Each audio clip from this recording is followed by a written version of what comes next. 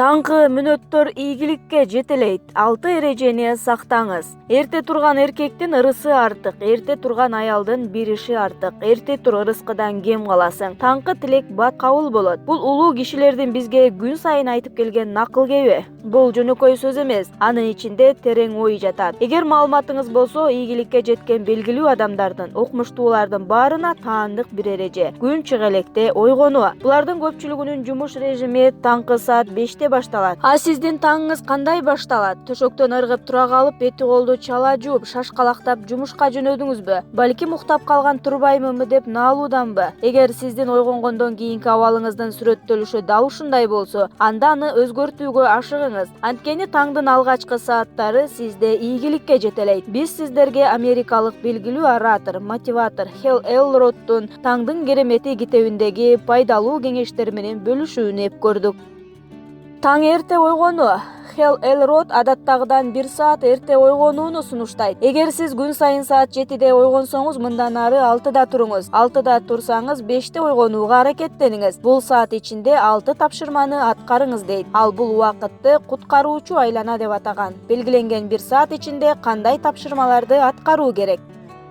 Жымжырттык. Жымжырттык куткаруучу айланадагы эң алгачкы тапшырма. Автор бул убакытта тынч абалда отуруп же жатып, жай жана терең дем алып, мээни тынчтандырып, дене бойду бошотуп медитация жасоону, мусулмандарга намаз окуп, Кудайга ыраазычылык билдирүүнү сунуштайт. Мындай жан жыргаткан жымжырттык сиздин күнүңүзгө бейпилдик, тактык жана айкындык алып келет.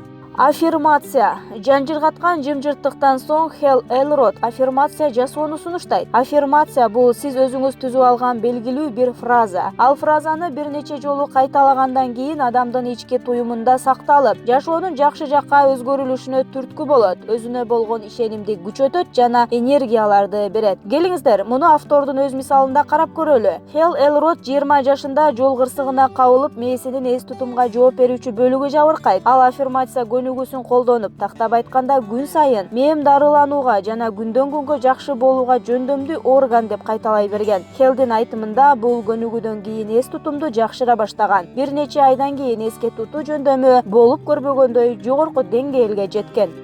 Визуалдаштыруу. Биз көп учурда өткөндүү каталарыбызды көп ойлоп, негативдүү жашообузга киргизип алабыз. Мунун ордуна ойлорубузга эркиндик берип, эң жакшы нерселер алдыда бизди күтүп турганына ишенүүбүз керек. Кыялдануу, ишенүү, үмүттөнүү бул дуа сыяктуу эле. Таң эрте болгону 5 мүнөт убактыңызды бөлүп, көзүңүздү жумуп алып, бүгүнкү күндө боло турган окуяларды, максатыңызга жеткен мүнөттөрдү ийне жибине чейин элестетиңиз. Эң башкысы, ал нерсени болуп жаткандай элестетүү керек. Бул иш-аракет максат так коюп, позитивдүү ойлорду жана энергияны чакырууга жардам берет.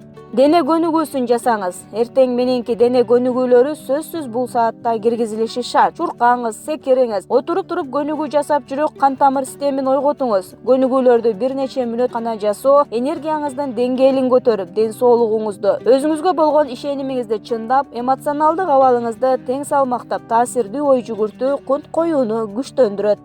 Китеп окуңуз. Адатта биз китеп окууну кечкиге калтырабыз да, ал убакта жумуштан чарчап келип уктап калабыз. Ошентип китеп окуу дагы кийинки күнгө калтырылат. Хэл Элрод китепти таң эрте окууну сунуштайт. Ал күнүнө эң аз дегенде 10 бет китеп окууга чакырат. Эгер сиз үчүн бул кыйыныраак болсо, 5 беттен баштасаңыз болот. Бара-бара көбөйтүп аласыз. Эң башкысы, китеп сиз билбеген жаңы көрүнүштөрдү ачып, жаңы идея жана түшүнүктөрдү берүүсү зарыл. Эгер сиз бул тапшырманы аткарсаңыз, чарчадым же китеп окууга жок деген шылтоолоруңуз өзүнөн өзү жоголот.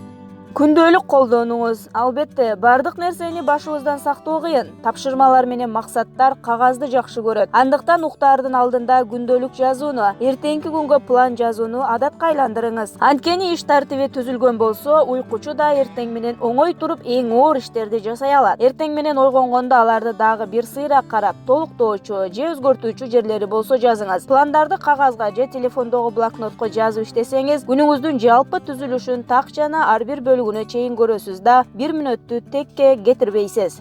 Биз менен чогуу өзгөрүүгө даярсызбы? Анда ойготкуч саатагы белгиленген убакыты 1 саат алдыга жылдырып, ажайып таңды жакшы маанай менен тосуп, ийгиликтерге жетиңиз.